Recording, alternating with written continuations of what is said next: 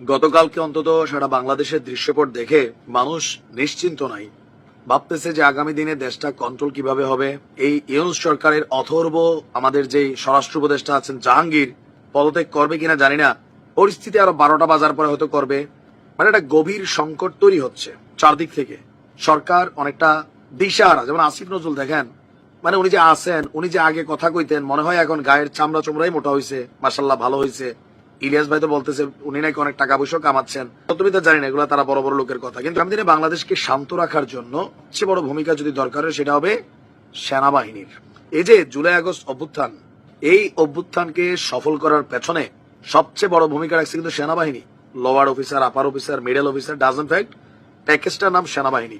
আজকে আমাদের সেনাপ্রধান যিনি আছেন জেনারেল ওয়াকারুজ্জামান, তিনি আপনার একটা আহ্বান জানিয়েছেন সেনাবাহিনীর প্রতি। আহ্বানটা কি? আপনার আগামী দিনের নতুন নতুন চ্যালেঞ্জ মোকাবেলায় আপনার সেনাবাহিনীকে সদা প্রস্তুত থাকার আহ্বান জানিয়েছেন আমাদের এই সেনাপ্রধান। উনিও সেনাপ্রধানকে নিয়ে সাংবাদিক ইলিয়াস পিনাকিরা প্রতিদিনই নানান কথা বলেন। তবে সরকারকে সাপোর্টের বেলায় বা ডক্টর ইউনূসের যে ভূমিকা আমরা সেনাপ্রধানের সাথে দেখি, পজিটিভ, খারাপ না।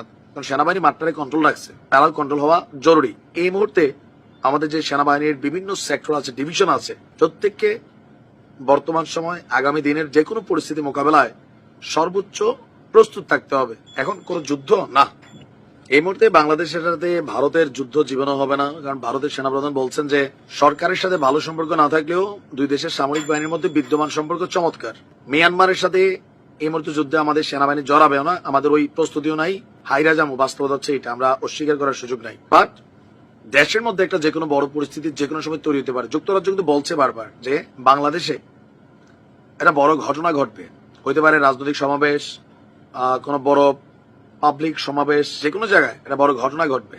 গোয়েন্দা নিশ্চয় আমাদের তথ্য যারা রাখার তারা রাখছেন। তো সেনাপ্রধান এই মুহূর্তে খুবই গুরুত্বপূর্ণ একটা সিটে বসে আছেন।